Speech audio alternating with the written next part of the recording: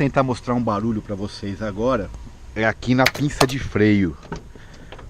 Então, vamos ver aqui se eu consigo pegar esse barulho, né? Vamos lá. Tomara que não caia também, vou ficar atento. Vamos lá.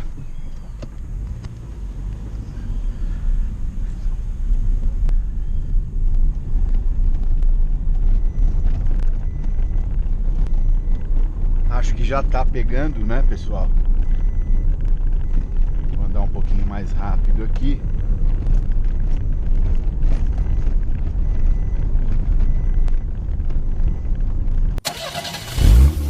Bom, pessoal, vou ligar a lanterna aqui agora, embaixo, para ver se dá para mostrar. Vou ligar aqui em cima também.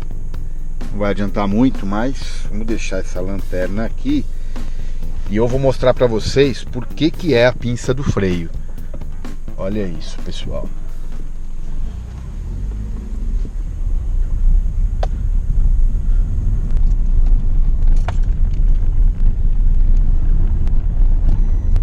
Ó, o barulho voltou. Agora ele para, ó. Ó, percebe? Deixa eu desligar esse cinto aqui. Colocar o cinto. Olha lá. Olha o barulho. Agora vai parar. Olha lá, para.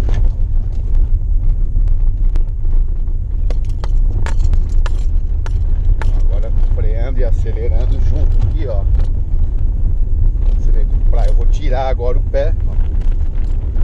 Olha como volta. Então é isso aí, pessoal. Eu vou ter que levar. Eu não sei se a pinça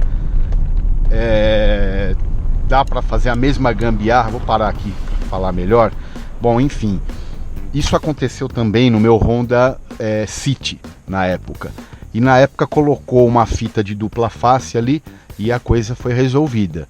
Então eu não sei se dá para fazer aqui. Eu acredito que dê para fazer algum tipo de ajuste aí, gambiarra que seja, enfim. Mas vamos ver, né? Esse daqui eu vou ver se tem que trocar a pinça ou não. Espero não ter que trocar. Espero dê para fazer algum calço. Mas é isso aí, pessoal. Muito obrigado aí por assistirem os vídeos. Quando a gente consertar o defeito eu volto a mostrar também. E dá aquela curtida que ajuda bastante. E é isso aí, pessoal. Fiquem aí todos com Deus.